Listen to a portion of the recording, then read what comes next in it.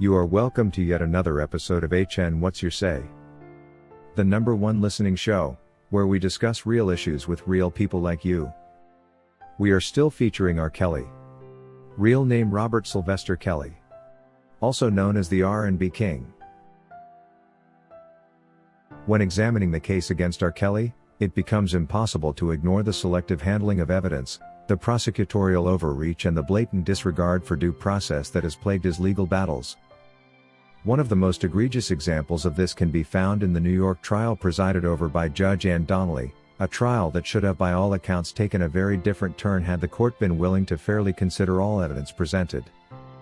Particularly the bombshell text message evidence exposing the conspiracy between Azriel Clary and her mother to deliberately deceive R. Kelly about Azriel's true age.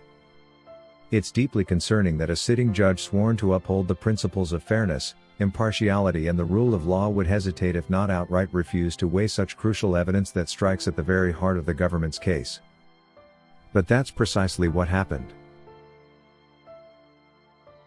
The text messages in question were not some speculative hearsay or third-party gossip.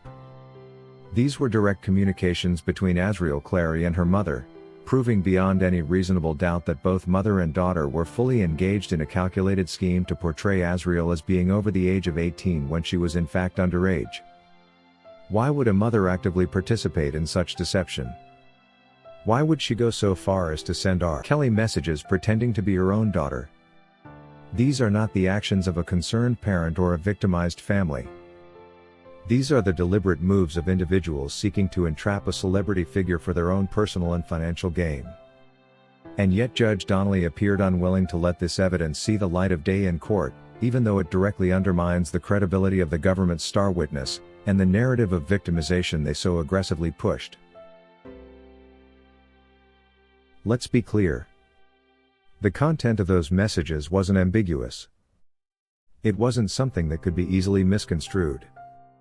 In those texts, Azriel's mother instructed her on how to lie about her age, what to wear, how to behave and even how to seduce R. Kelly, making sure to create the image of an adult woman, someone mature and experienced, someone who could pass for over 18 without suspicion.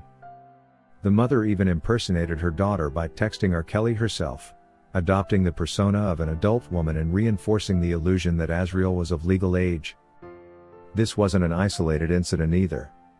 It was a pattern of behavior and a deliberate premeditated conspiracy designed to lure R. Kelly into a situation where he believed he was engaging with an adult woman. And in doing so, Azriel's mother made certain that any blame for subsequent interactions would fall squarely on him, while they positioned themselves as victims ready to exploit the fallout for financial and personal gain. What's even more disturbing is that before R. Kelly's private prison communications were illegally leaked to Azriel Clary, she herself was prepared to stand by him.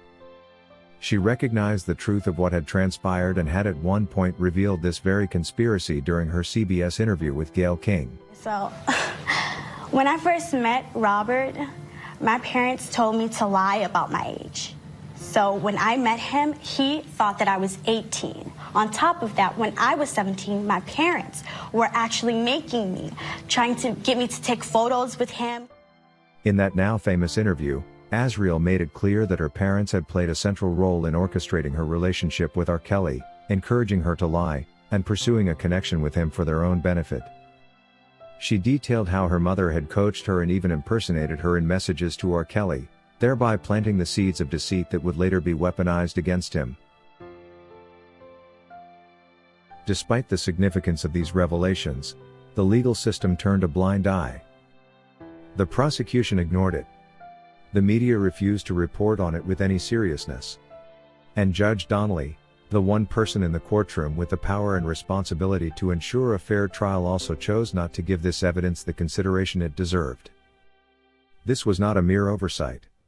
This was a calculated decision to suppress information that could dismantle the prosecution's case and expose the ulterior motives of key witnesses. It's important to understand why this matters. In any criminal case, especially one involving allegations as serious as those levied against R. Kelly, the credibility of witnesses is paramount.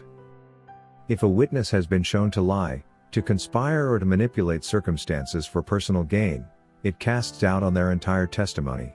During the trial, you testified that you said, I was not honest in the interview that you did with us. Yeah. What were you not honest about? Everything. Everything? Everything. That's why cross-examination exists. That's why defense attorneys work tirelessly to uncover evidence of bias, deceit, or ulterior motives. It's fundamental to the concept of a fair trial. But in this case, the court effectively stripped the defense of its ability to fully challenge Azriel Clary's credibility. By sidelining the text messages and refusing to let the jury consider them, Judge Donnelly ensured that the prosecution's narrative would remain unchallenged regardless of how flimsy or dishonest it might have been. This isn't justice. This is a rigged proceeding.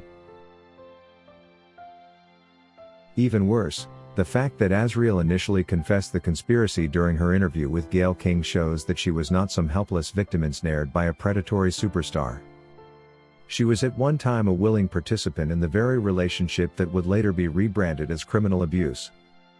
Her decision to come forward with the truth only to later change her story after obtaining access to R. Kelly's illegally leaked prison communications suggests a level of manipulation and external pressure that should trouble anyone who values the integrity of the justice system.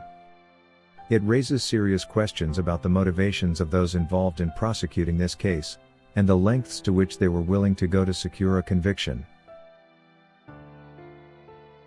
Why was it necessary to leak R. Kelly's private emails and phone calls before Azriel could testify against R. Kelly? Why was it necessary to ignore clear evidence of witness conspiracy to get a conviction?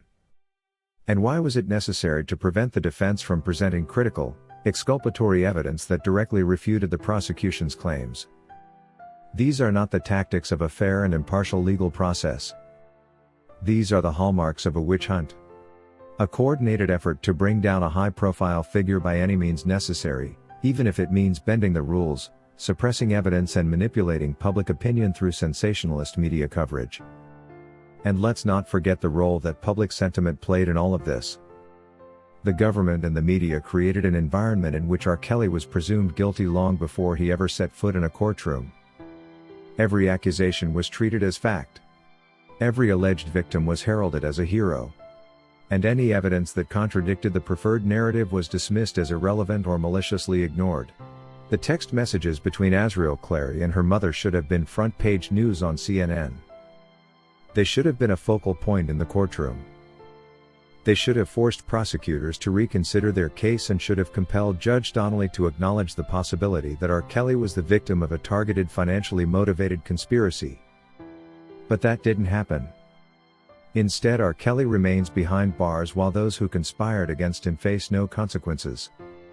Azriel's mother, who openly engaged in deceptive conduct and impersonated her daughter in communications with R. Kelly, has never been charged, never been investigated, and continues to live her life free from accountability. Azriel herself, after initially exposing the truth, was allowed to reverse course without scrutiny, aided by the illegal leaking of private prison communications and the enabling silence of a complicit media. The injustice here isn't merely that R. Kelly was convicted. The deeper injustice is that critical evidence proving a calculated conspiracy was buried, disregarded by a judge who should have known better, and overshadowed by a media-driven frenzy that cared more about ratings than the truth. If the justice system can so easily silence evidence, ignore witness conspiracies, and deny a defendant's right to a fair trial simply because of public opinion, then no one celebrity or not is truly safe. R. Kelly deserves a new trial. One where all the evidence is presented. One where witness conspiracies are investigated and punished. One where a judge upholds the duty to fairness and impartiality rather than succumbing to the pressures of public outrage and media influence. That is all we had for you today on HN What's Your Say?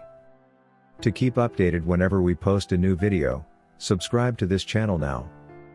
Also remember to hit the bell icon and enable notifications. And feel free to share your opinions with us in the comment section below, and let us know if you would like us to publish your views in our next release. We value all our subscribers' opinions.